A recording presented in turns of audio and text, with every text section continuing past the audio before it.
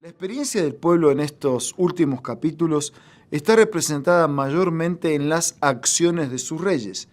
Ellos no se han vuelto a Dios, porfían en su rebeldía hacia Dios e incluso no reconocen que Dios le ha dado a los babilonios dominio sobre ellos. Al parecer, cuando el ser humano quiere ser rebelde y obstinado, lo es ante toda figura de autoridad, incluso la de Dios. Cuando Dios estableció su pacto con el pueblo de Israel, quedaron muy claras tanto las bendiciones que vendrían al permanecer en él, como las nefastas consecuencias de abandonar a Dios. El rey Salomón, cuando inaugura el templo, eleva una oración a Dios en la que reconoce que tanto bendiciones como maldiciones están delante de ellos como nación.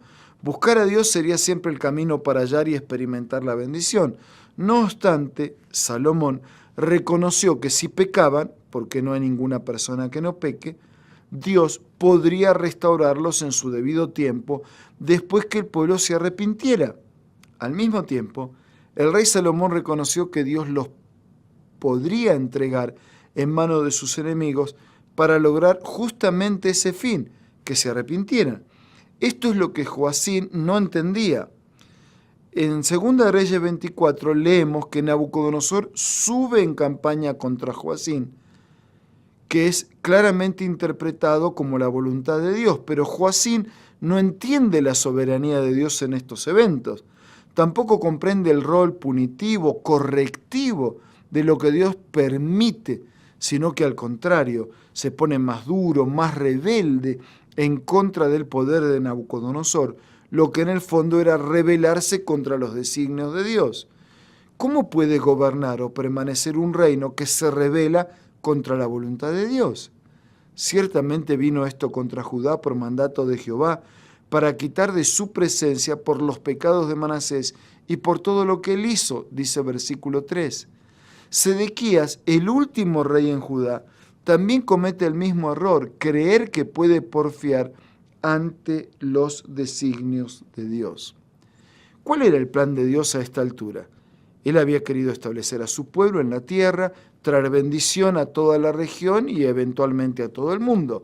No obstante, los pecados del pueblo no testificaban de Dios. Ahora debían ser retirados de la tierra, debía haber un nuevo comienzo. Por lo pronto, los echó de su presencia. El poder y la grandeza de Dios y su justicia no tienen límites. Pueden manifestarse incluso en medio de eventos que consideramos seculares y corrientes, pero que ocurren en conformidad de su voluntad. Al oponernos a ciertas pruebas o desafíos, podemos, sin querer, estar oponiéndonos a la propia corrección de Dios. No en vano el apóstol Pablo señala que debemos obedecer a Dios, al Padre de los Espíritus, y viviremos. También reconoce que ninguna disciplina al presente parece ser causa de gozo, sino de tristeza, pero después da el fruto apacible de justicia a los que por medio de ella han sido ejercitados. En el Nuevo Testamento, la disciplina que afecta al creyente puede ser resultado de la oposición que genera su justicia. Puede sufrir inocentemente. Sin embargo, Dios también busca alcanzarnos y disciplinarnos cuando abiertamente erramos o porfiamos, siempre con la esperanza de traernos de regreso. El exilio en Babilonia ya está a las puertas, pero los profetas también anunciaban que había una fecha de retorno, habría restauración, y esa era la esperanza de muchos en el pueblo. En síntesis, Dios a veces puede permitir una dificultad, un mal, porque ese mal nos lleva nuevamente a Dios y eso termina siendo un gran bien para nosotros. Vamos a orar.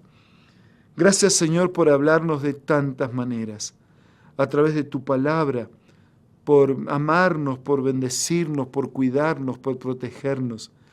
Y gracias también porque a veces necesitas hablarnos de una manera más fuerte, permitiendo que enfrentemos situaciones injustas, dolorosas, pero lo haces con el fin de despertar en nosotros una necesidad, un reconocimiento de una dependencia plena, completa y definitiva contigo. Te ruego, Señor, que nos abraces con tu gracia que restaura, que perdona, que cura, que sana, que salva. Bendícenos a todos. Por favor, oramos y agradecemos en los méritos de Jesús. Amén. Un abrazo, amigos, y será hasta mañana, si Dios quiere.